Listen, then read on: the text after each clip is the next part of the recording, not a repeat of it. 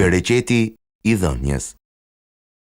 Ai ishte i ri dhe i sapo diplomuar për ekonomi dhe biznes në një universitet shumë të famshëm amerikan. Pas diplomimit me rezultate të larta kthehet në vend lindje dhe fillon punë tek biznesi i babait, i cili shiste pajisje shtëpiake elektrike të ndryshme.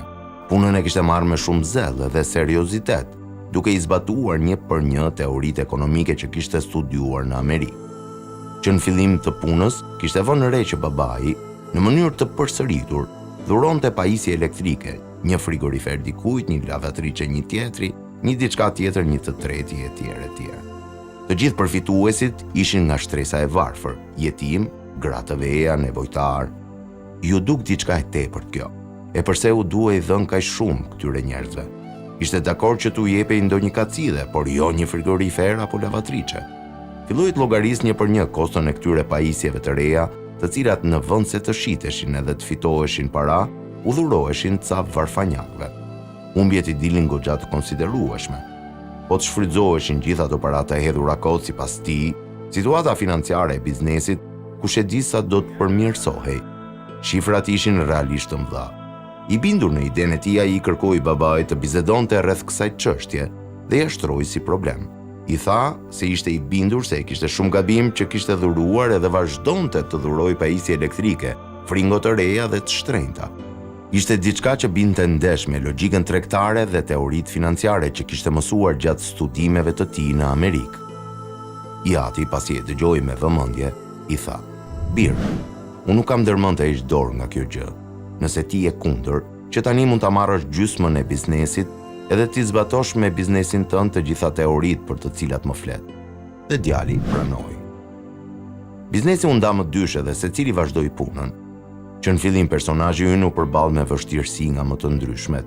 Megjithatë, ja doli dhe dukej se biznesi po jeste mbar. Ndërkohë i ati vazhdonte avazin e tij me frigoriferët e lavatriçet. Biznesi i shkonte vaj, madje shumë herë më mirë se sa djalit të tij. Kjo e çudiste të birin. Si ishte e mundur që i ati, i cili dhuronte aq shumë pajisje, të fitonte më shumë se sa ai? Ku qëndronte sekreti? Një ditë vajti dhe e pyeti të atin mbi sekretin. Babai i buzëqeshi dhe i tha: "Ta tregoj unë." Por më parë mu përgjigj këtyre pyetjeve: "Në botë ka më shumë dele apo qen?" Djali i çuditur nga kjo pyetje pa lidhje me temën u përgjigj: "Sigurisht që dele ka më shumë." Babai e pyeti përsëri: "Sa këlysh në vit lind një qen edhe sa qengja lind një dele?" Djali u përgjigj: "Qen lindin 2 herë në vit edhe për çdo herë mund të lindin deri në 6 këlysh. Ndërkohë një dele mund të lind maksimumi 2 qingja në vit." Babai shtroi pyetjen e radhës: "Shumë mirë. Po kush konsumohen më shumë? Delet apo qent?" Djali u përgjigj me njëherë: "Po sigurisht delet." Babai i bëri ndërhyrjen e radhës: "Me që qent lindin më shumë se sa delet edhe me që delet konsumohen më shumë se sa qent, atëherë përse numri i deleve është më i lartë se sa numri i qenve?" I riu ekonomist heshti dhe nuk dinte si të përgjigjej. Pastaj babai e pyeti përsëri me shpoti: "A nuk e ke mësuar diçka të tillë në universitet?"